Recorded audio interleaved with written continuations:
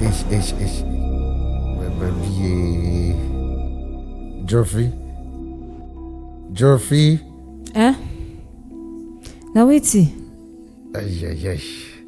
We could go put me water, make a wash. You make some tea, make a chop. Time to go. Ay.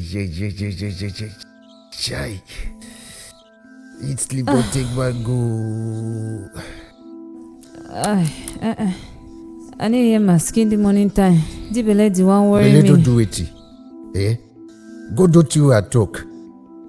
See much. Anything bele.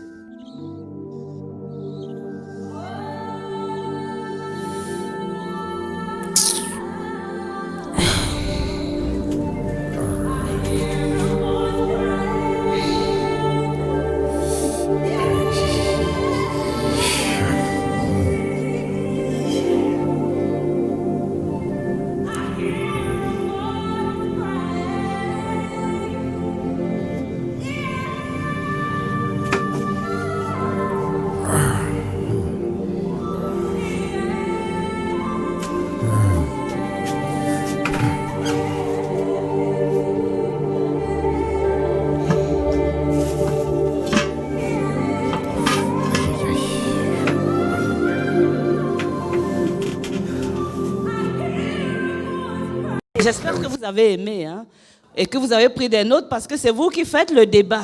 Chacun dira ce qu'il a ressenti en voyant le regard perdu d'Ekema. On n'est pas là pour critiquer des films. Nous ne sommes pas dans une compétition, mais nous sommes là pour revisiter nos films et voir quel est le lien avec ce que nous sommes. Et je pense qu'ici, on voudrait que tout le monde puisse s'exprimer librement par rapport à ce qu'il a ressenti en regardant le film. On sait que dans la salle, il y a des professionnels du cinéma, mais il y a des passionnés et des cinéphiles. Et je voudrais que ce soit vraiment les cinéphiles puissent nous dire comment ils ressentent, ce qu'ils ont ressenti en regardant ce film. Et la toute première cinéphile que j'ai à côté de moi, c'est Léontine. Alors je voudrais que Léontine me dise déjà pour Belay, il faut le dire comme ça, Belay, c'est le ventre en pidgin. Alors, ce film, qu'est-ce que je peux dire? De prime abord, je vois l'image d'une femme endurante, je peux dire, qui fait vraiment preuve de résilience, qui passe son temps à vouloir contenter son homme. Moi, je crois que c'est un film dans lequel la plupart des femmes ici se reconnaissent. Et la plupart des hommes ici se reconnaissent parce que c'est l'éternel féminin, en fait. Une femme qui a toujours tendance à faire plaisir à son mari, malgré son état de grossesse difficile. Elle trouve quand même le moyen de se lever, d'obéir, de faire ses tâches quotidiennes. C'est vrai qu'elle se plaint un peu au passage, mais je crois qu'elle est dans son rôle de femme soumise, de femme au foyer, de femme qui veut avant tout plaire à son mari. La femme camerounaise. La femme camerounaise, moi je me suis reconnue là parce que c'est ce que tu fais toujours. C'est ce que moi je fais. Mais il faut dire que les films qui ont été sélectionnés, Léontine, on les avait prévus pour le mois de mars et à cause de la pandémie, on a dû tout arrêter. C'est pour ça que tous ces films-là qui sont revenus aujourd'hui portent sur la femme et la thématique c'était déjà femme et résilience. Donc oui, tu l'as ressenti, tu as bien rappelé la résilience de la femme. Est-ce que dans la salle, il y a beaucoup de femmes? Est-ce que vous pensez comme Léontine? Ou alors qu'est-ce que vous avez ressenti? Parce que je pense que moi, que j'ai vu que c'était un film qui nous permettait vraiment de voyager de plusieurs manières. Est-ce que dans la salle, vous voulez nous dire quelque chose par rapport au film Belay, qui veut dire grossesse? Yes. You can speak in English, in Pidgin, even in your dialect, if you can understand. Good evening to you all. As concerns the so-called Belay film of Ekema and Jofi, to me, I see Ekema as an authoritative husband and Jofi was a submissive wife. Because to Ekema, he thinks that the woman has been relegated to the kitchen and to do household chores. Those are the gender roles of a woman. Those are roles that are ascribed to a person concerning his or her biological sex. So to him, a woman has to cook and be submissive despite the situation. Despite the fact that Jofi was heavily pregnant, she still did all her household chores, just as Madame has said. But thanks to God or to the dream that Ekema had, the roles were changed. Eh? He saw himself being pregnant and he found it difficult to carry out those roles. So when he came out from the dream, he decided to change his attitude, his character towards Jofi. So from then, he had pity on Jofi and they lived happily. So how do you feel when you see this movie? Do you think this movie has brought something or is giving you ideas as women? Yeah, I think this movie has brought something. This movie has to teach the society. It has to teach both men and women to know that a woman is not an object. A woman is not an object. A woman can still be a subject. A woman can still lead the home. A woman can still sit and the man helps in the home, especially in a situation of Jofi's pregnancy. And so I think we both have it. men and women, they are supposed to be equal in the society. And I think you have it in the movie. In the movie, I think at a certain moment, the roles were changed after his dream. If not of the dream, I don't think the roles could have changed. Yeah. So with the dream, we can do many things. Yeah. So thank you very much. Do you have another woman, une autre femme? Bonsoir à tout le monde. Bonsoir. Le sentiment que j'ai eu après la projection du film Belay, je me suis sentie un peu touchée parce que j'ai pensé aux femmes et la femme est reléguée, en mon sens, au niveau de l'esclave. J'ai vraiment été touchée. Heureusement qu'il y a eu revirement de situation. Et voilà. Et comme vous parliez de la Journée internationale de la femme, ça m'a fait penser à l'égalité de genre, au concept he for she. Donc, qui parle de quoi ce concept? He for she. L'égalité de genre et que l'homme peut aider la femme à devenir son égal. He for she. He for she. Pour elle. Oui. Un homme pour une femme. D'accord. Merci. Mais est-ce que le film permet de penser qu'on peut changer un jour? Est-ce que ce film, d'après ce que vous avez vu, peut faire l'apologie de ce he for she, par exemple? Oui, je pense. À travers le revirement de situation qui s'est produit dans le film. Et je pense que c'est un message fort adressé aux femmes et aux hommes. Merci. Oui, monsieur Tami, Francis. Bien, bonsoir. Bonsoir. Marie-Noël et à toute son équipe. Je voudrais avant tout saluer cette très belle initiative des vidéoclubs. Parce que c'est dans cet espace qu'on est éduqué, c'est dans cet espace que les cinéphiles viennent apprendre à regarder, à lire, et également à recevoir un film. Parce qu'un film, il se lit. Et vous nous avez donné à voir et à vivre deux belles projections. Je commence par Belay. Je le disais tout à l'heure à Martial, c'est vrai, c'est dommage. Je vais peut-être donner mon point de vue ou mon ressenti, mais c'est dommage que la réalisatrice ne soit pas là ce soir. Ce film s'attaque à certaines considérations et constructions sociales, n'est-ce pas, qui sont issues de notre imaginaire ou bien de notre imagerie populaire.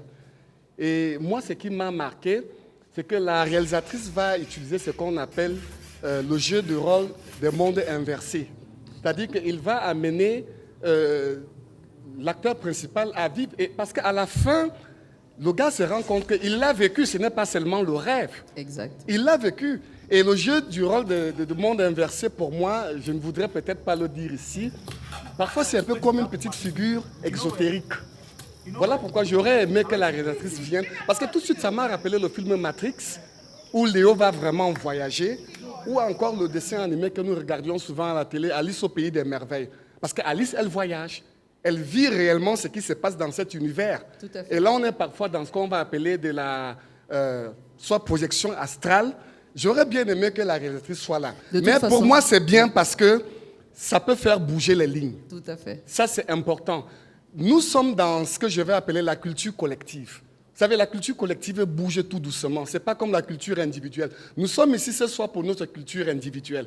On a regardé un film, ça renforce notre culture individuelle. Et nous repartons d'ici avec un choc. Ça nous a fait mal. Mais maintenant, pour que les lignes bougent dans notre culture collective, vous avez parlé du Cameroun. Ce n'est pas aussi évident. Le centre, c'est différent. Le nord, je vais dire le grand nord, ce n'est pas évident. Mais j'ai dit, c'est un bon début. Un très bon début. Bravo. Merci. Merci beaucoup. La réalisatrice va sûrement voir cette émission et elle vous répondra même hors caméra. Merci beaucoup pour cette belle intervention. Quelqu'un d'autre? Oui, il y a monsieur Telesphore Mabizo. Je suis heureux de me retrouver ici aujourd'hui parce que le sous-cinéma anglophone avait souvent été présenté comme étant un désert, dans l'inexistence. Et lorsque les premières images nous viennent de là-bas, elles sont infestées de Nollywood, envahissement, sorcellerie. Et je suis heureux de n'avoir pas vu cela aujourd'hui à l'écran, aucune sorcellerie. Et c'est ici qu'on est en droit d'acclamer l'action que vous êtes en train de commencer, parce que vous nous amenez à la rencontre même de notre mémoire et de notre vie. Je commencerai peut-être à regarder ce film sur le plan stylistique.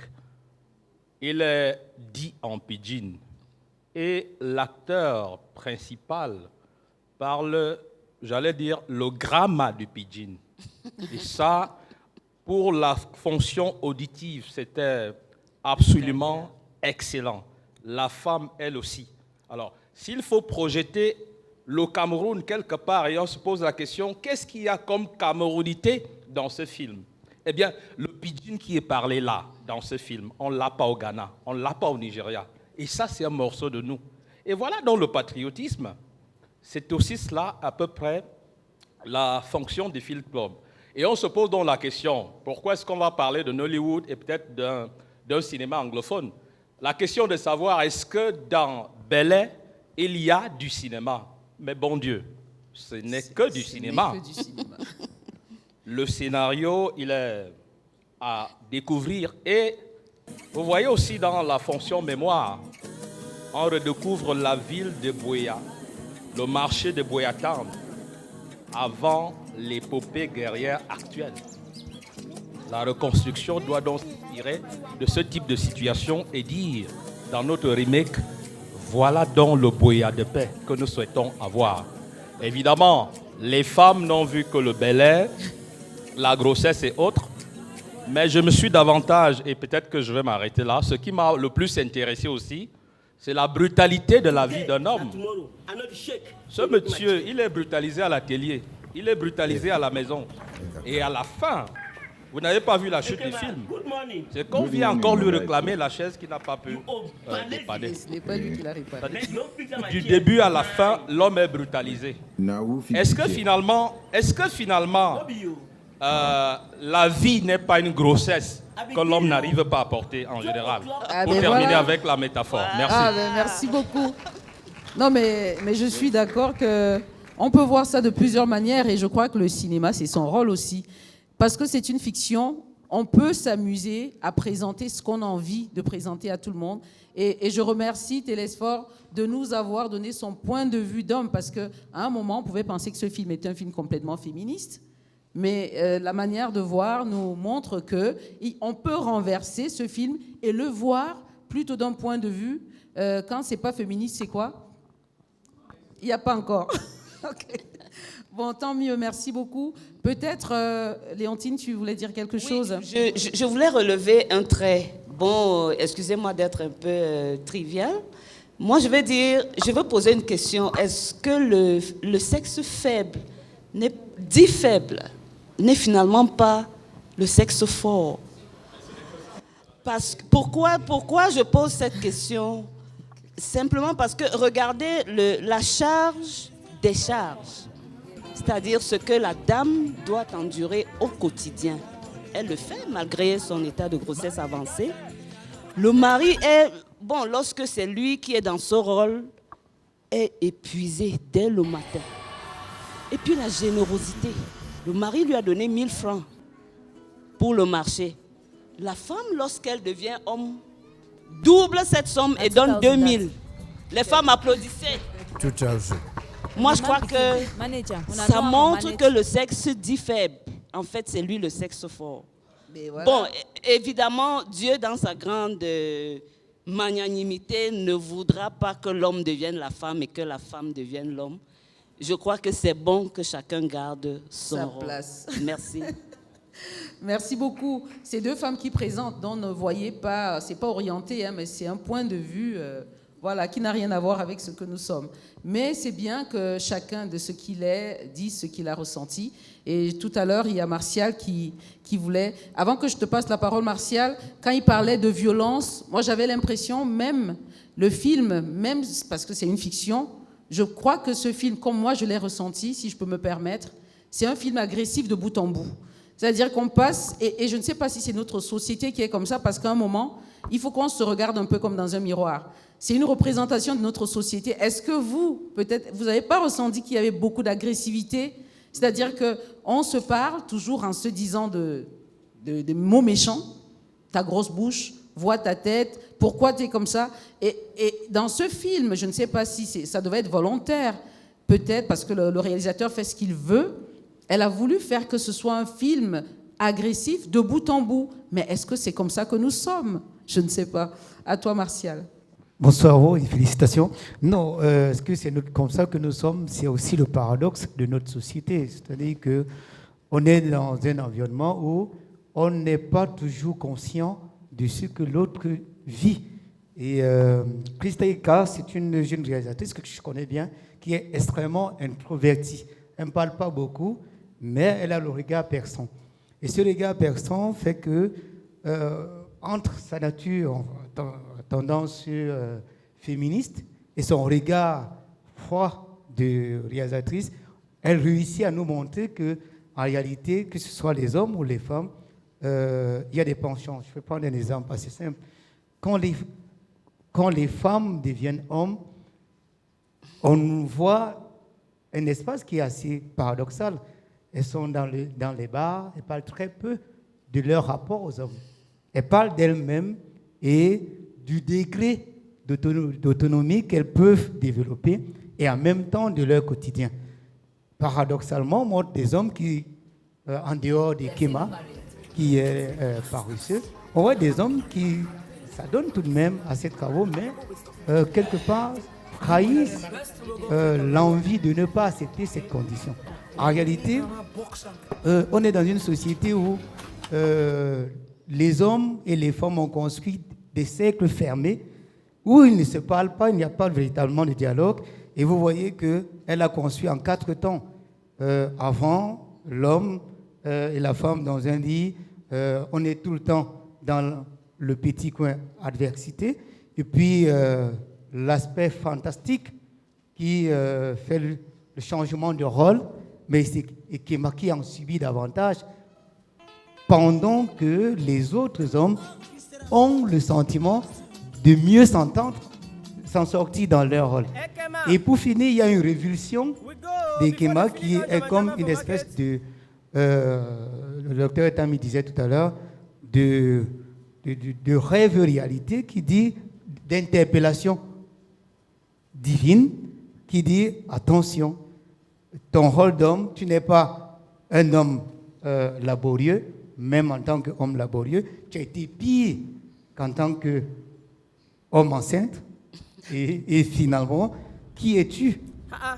Et toi qui voudrais être l'homme autoritaire, est-ce que tu as le mérite vraiment de l'être? Et je crois que c'est ce bouleversement qui fait en sorte qu'au sortir de son état, à travers le balcon, qu'il voit la société différemment. Et lorsqu'il revient, vous voyez, quand il l'observe, il regarde la caméra, c'est un black-out.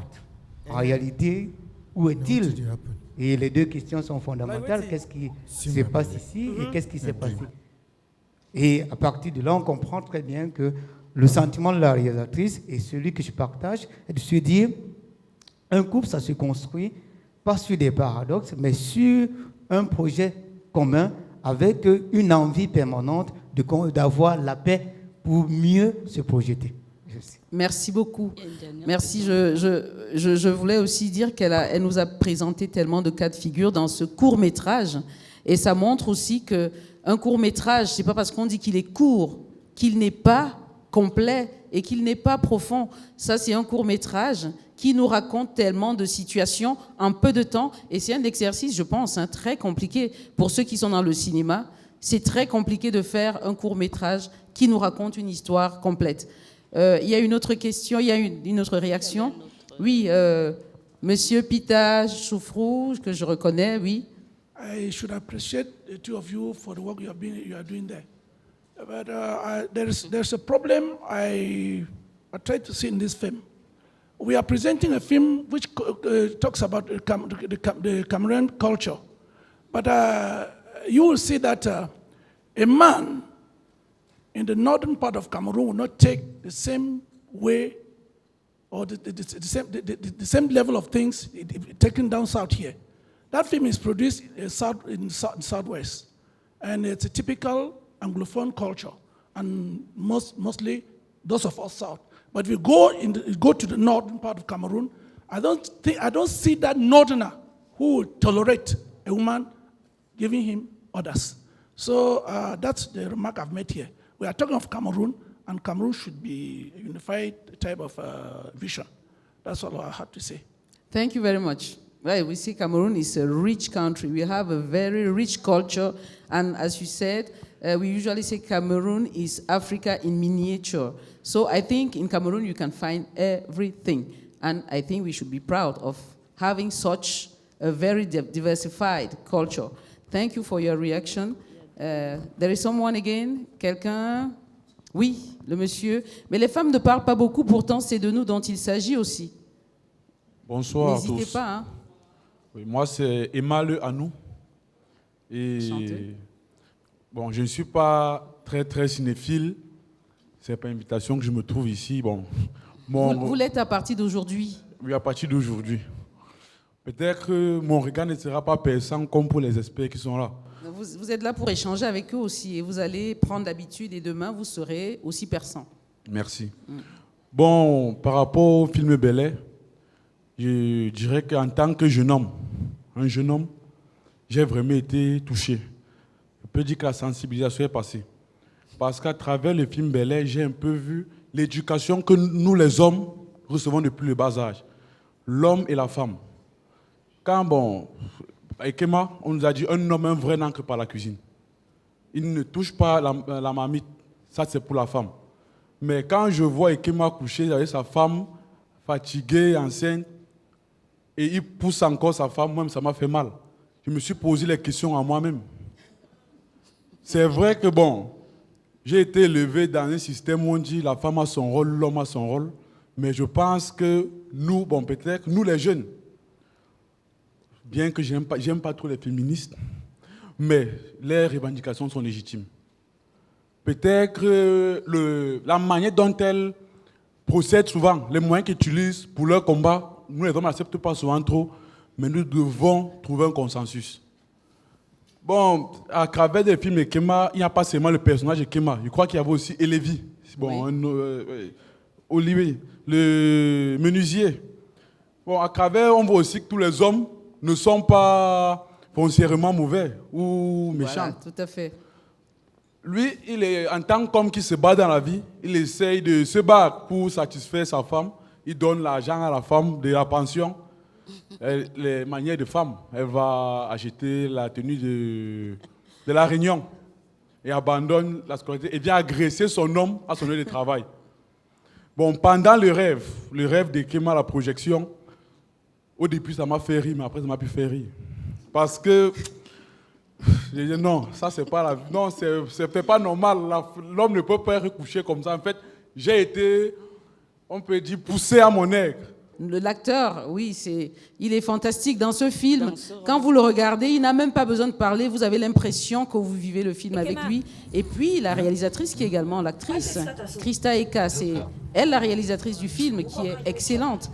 Donc, je pense que nous avons des acteurs comme ça qui je vais dire, vont à l'encontre de ce qu'on a toujours entendu dans la rue. les Camerounais, les films camerounais, on regarde la caméra. Ça, c'est une manière de piétiner les beaux films que nous avons. Et je pense que c'est parce que les gens ne savent pas. Là, vous avez eu 2 bons acteurs dans un film très bien fait, à mon avis. Hein. Et voilà, on le voit ici, mais il a été vu plusieurs fois, il a gagné des prix. Et je pense on le reverra autant de fois qu'il le faudra, peut-être dans d'autres circonstances. Voilà, je vous passe la parole à l'excellente Michel Nia Ngangé. À nous les femmes. Entre nous les femmes. Entre nous mesdames. Entre nous mesdames, voilà. Alors j'ai regardé avec beaucoup d'attention, le film Belay, qui nous présente, qui montre la peinture de la société, la peinture de ce que la femme camerounaise, la femme africaine en général et la femme camerounaise, les problématiques dont elles font face au quotidien. Alors ici, il s'agit bien évidemment des formes de violence, la violence physique, la violence psychologique, donc la jeune dame enceinte subit. Mais je pense qu'il se pose également le problème de l'égalité de sexe entre Ekeme et sa femme, et Djofi, son épouse. Ce problème d'égalité de sexe qui, nous pensons que de plus en plus, la femme en demande. Je pense que c'est le problème de l'égalité de sexe. Et n'oublions pas qu'il est très important de souligner que ce film met en exergue les conditions sociales que les femmes subissent au quotidien. Donc, il est également question de montrer la peinture de la femme qu'elle vit au quotidien dans la société. Merci. Merci beaucoup. Comme quoi, avec le cinéma, on se raconte et on se racontera encore. Merci beaucoup. Venant de vous, c'est une voix très aiguisée et très exercée et très autorisée pour parler de la femme. Merci encore, Michel. Nous sommes déjà à la fin du débat pour Belay. On va prendre une seule personne. J'ai senti moi-même, en regardant, je me suis retrouvé, j'avais même honte. Je veux dire, comme Marie, oui. Avoir exactement, et je crois que Léontine l'a aussi dit tout à l'heure, c'est la situation que la plupart des hommes vivent dans leur foyer. C'est-à-dire cet égo-là, vouloir montrer que, après tout, c'est moi l'homme, l'orgueil. Mais je voudrais saluer la révolte. Elle passe peut-être de manière passagère. Dans le film, oui. Il y a un moment où la femme va dire « Non, je refuse ». Et le type va aller lui-même se laver les mains pour venir manger. Et je pense qu'il y a cette dimension pédagogique aussi. Oui. Je veux dire que nous devrions retenir. Ça vient nous transformer, nous bousculer, nous transformer, nous laisser comprendre que non, par moment aussi, et même à ces femmes, par moment, il ne faut pas tout avaler. Tout à fait. Parce que si vous laissez le terrain, nous, on va toujours l'occuper entièrement. Merci. C'est ça. Oui, tout à fait. Les femmes doivent pouvoir se lever. À un moment, on ne dit pas d'être toujours dans l'opposition où on connaît notre rôle, mais à un moment, il faut pouvoir dire quand trop, c'est trop. Même si ce n'est pas dans la violence, il faut pouvoir le dire pour pouvoir arrêter un peu un mouvement qui allait un peu à volo. Je vais quand même prendre un jeune. C'est important qu'un jeune nous dise ce qu'il a ressenti. C'est vous qui vouliez parler. Et puis, ce sera la dernière personne. Bonsoir. Oui. Déjà, j'ai eu la chance de voir mes parents se séparer et grandir avec maman. Du coup, je peux dire avec affirmation que je connais de quoi la femme est capable. Par exemple, je me suis rendu compte qu'une femme est capable de mener 5 activités à la fois. Pendant que la mamie est au feu, elle balaye le sol, peut-être qu'elle repasse le bébé, elle repasse la couche du bébé et autant de choses. Et avec le temps, j'ai encore compris que, alors j'ai assimilé la femme et l'homme à la sauce et le manioc. Comment? L'homme, pour moi, c'est le manioc qui est une tubercule. Oui. La femme, c'est la sauce qui est constituée de beaucoup d'ingrédients. Pour moi, c'est ça. C'est ce que j'ai compris. Mais ça, c'est ton plat favori, ça? Non, non, pas vraiment. C'était une figure de style, c'est bien. Non, ça peut être, c'est bon aussi. Hein. Ça peut être de manioc avec quoi? Parce que ceux qui nous écoutent, on peut manger le manioc avec quel genre de sauce qui plaise? Le fiang wondo, oui, le fiang, quoi, le ndolé. Avec le coq, le coq. Le coq, alors, ben voilà. Dans le coq, toi, tu vois beaucoup d'ingrédients, et c'est la femme. Et c'est bon en plus. Ben, tant mieux. Ben, écoutez, merci beaucoup. On va donner maintenant le temps au deuxième film. Vous pourrez prendre la parole et puis nous dire ce que vous avez ressenti.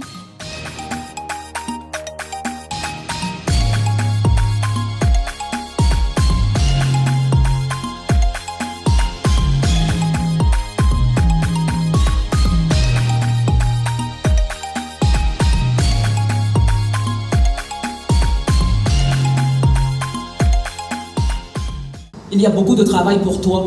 Tu dois nettoyer cette case de fond en comble, aller au champ. Tu dois ramener le manioc avec ses feuilles, préparer à manger.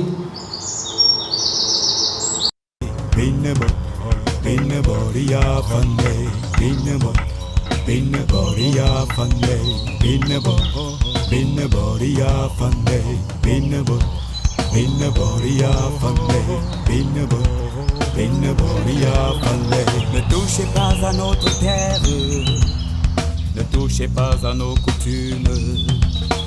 Nous sommes le peuple de la forêt. Nous sommes le fier peuple de la forêt. Le peuple de la forêt. Le peuple de la forêt. Nos pas noués à la taille, nos machettes à la main. Le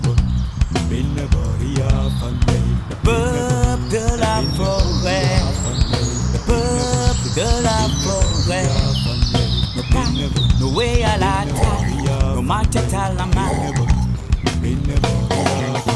Chantant que les épopées de nos vaillants ancêtres, le peuple de la forêt, le peuple de la forêt, nos pas noués à la taille, nos machettes à la main. Pêche et chasse, ne pas qu'à danser, le cœur heureux, fier de notre butin. Le sang sous les arbres, t'entends mes tambours, des aînés exécutant les joies de notre identité. De la forêt, le peuple de la forêt, le pain noué à la taille, nos machettes à la main.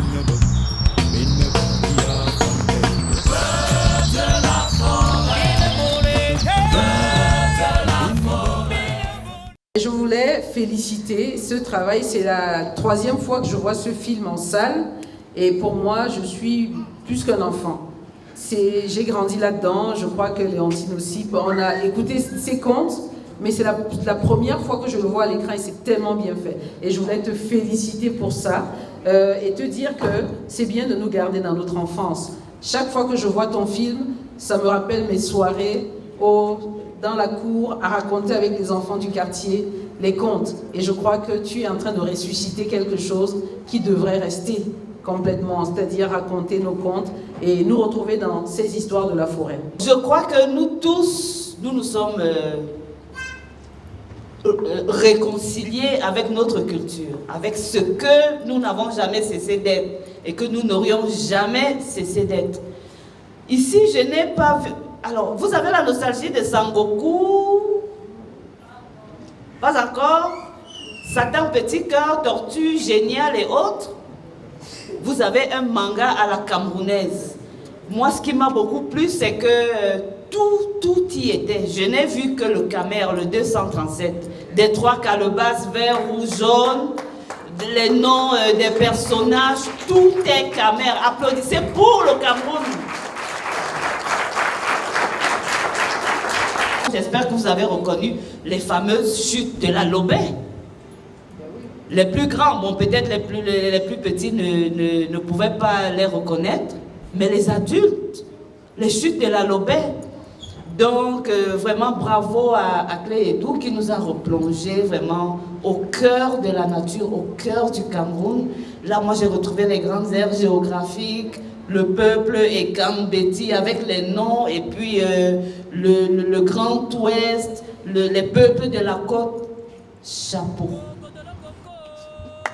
Merci beaucoup. Je rends également hommage à la 50aine d'artistes qui ont travaillé sur ce film. Je n'aurais pas pu le faire tout seul, c'est évident. Déjà que Ce n'est pas mon activité principale. Je travaille comme contrôleur de gestion dans une entreprise. Oh là là. Donc, il a fallu que je m'associe à d'autres artistes. Donc, j'ai travaillé avec une chorégraphe, on a travaillé avec des danseurs qui ont servi de modèle aux animateurs. Parce que on peut être le meilleur animateur du monde de personnages, mais reproduire les mouvements d'Amba Sibé, de Bikoutsi, de Bensikin, on ne peut pas le faire de mémoire. On est obligé de travailler avec des danseurs qu'on va filmer et reproduire leurs mouvements. J'ai aimé quand Minga a repris les croix Cannabis. Quand Minga a repris quelque chose, elle a tapé, maintenant une fleur est venue se pousser. Après ça a pris, après ça a pris à Bena. Dès qu'on a coupé la fleur, elle est maintenant libérée. Oh, bravo! Avant d'avoir fait le film, qu'est-ce qui vous a donné l'inspiration pour avoir le nom Minka la cœur cassé? Le titre du film. Alors, à la base, la cuillère cassée, c'est un conte traditionnel. On l'a retranscrit dans des recueils. Ici au Cameroun, en 1977, il y a le recueil Les Contes du Cameroun, écrit par les professeurs Charles Benam Bikoy et Emmanuel Soudjok, qui présentait un certain nombre de contes traditionnels, parmi lesquels la cuillère cassée. Et je l'ai étudié en classe de 6e. Mais à la base, c'était un conte de 5 pages. Alors, le scénario du film, il fait 90 pages. C'est une adaptation libre. Si vous lisez le conte, vous allez voir que les personnages n'ont pas de nom là-bas. Donc j'ai créé de nouveaux personnages, j'ai ajouté des rebondissements, il a fallu élaborer des numéros musicaux pour en faire une comédie musicale. Et pour montrer que c'était une adaptation, il fallait que j'ajoute quelque chose, que je donne un nom à l'héroïne.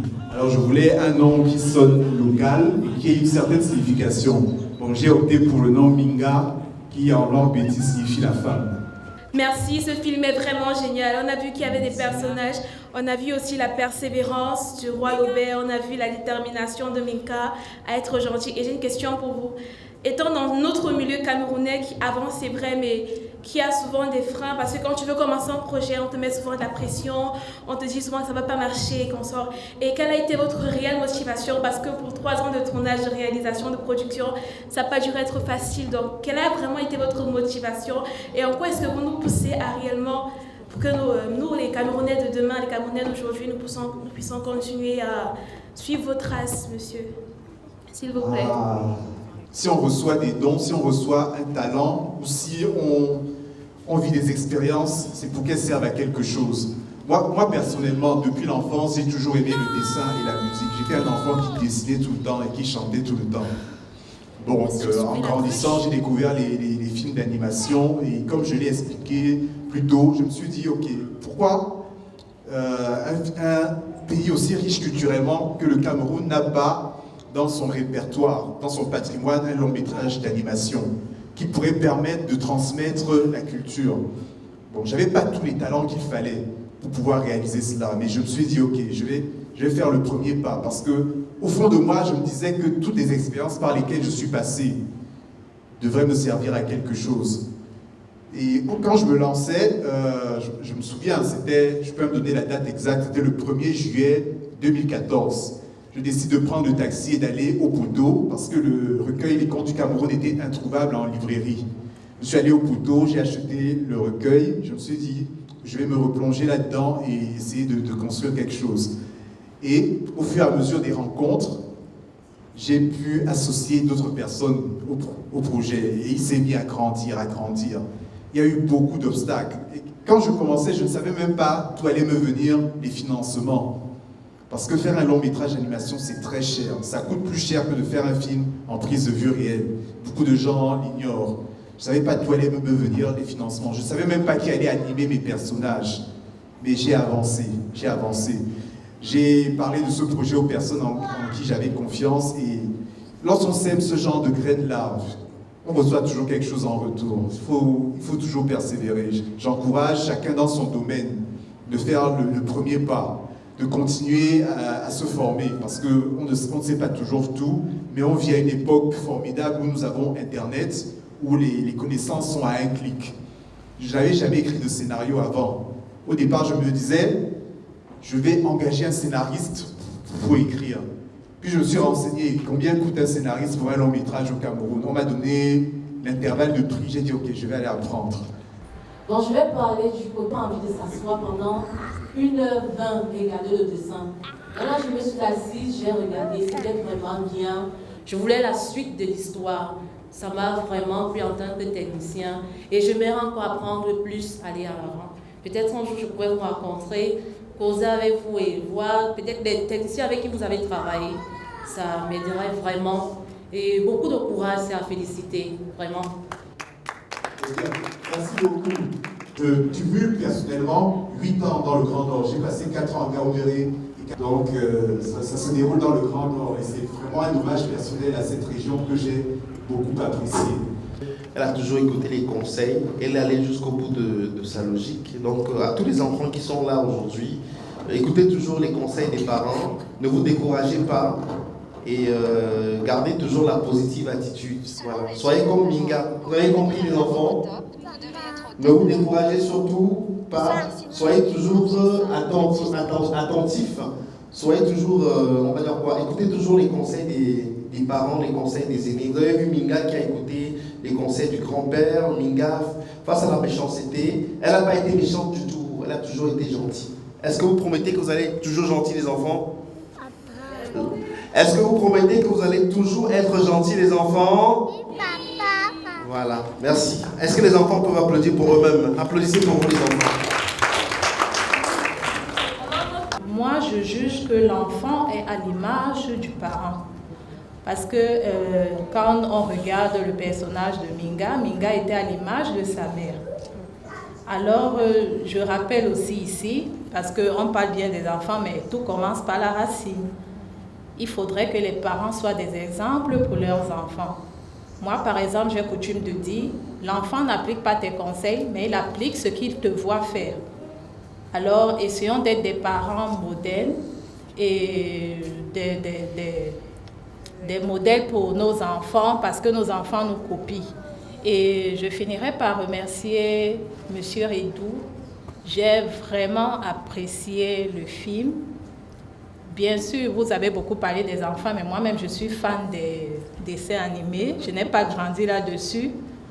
Donc, il m'arrive souvent, quand j'ai besoin d'une petite nostalgie, d'aller peut-être sur Guili Africa, parce que j'aimerais retrouver ces origines-là, cette Afrique-là, que nous sommes en train de perdre avec Manga et bref. Je ne cite pas. La vie est un très long voyage, oh, la méchanceté ne fait pas. Oh, oh, un bienfait ne se perd jamais, oh. Qui fait du mal à autrui, le fait à lui-même. Un bienfait ne se perd jamais, oh. Qui fait du mal à autrui, le fait à lui-même.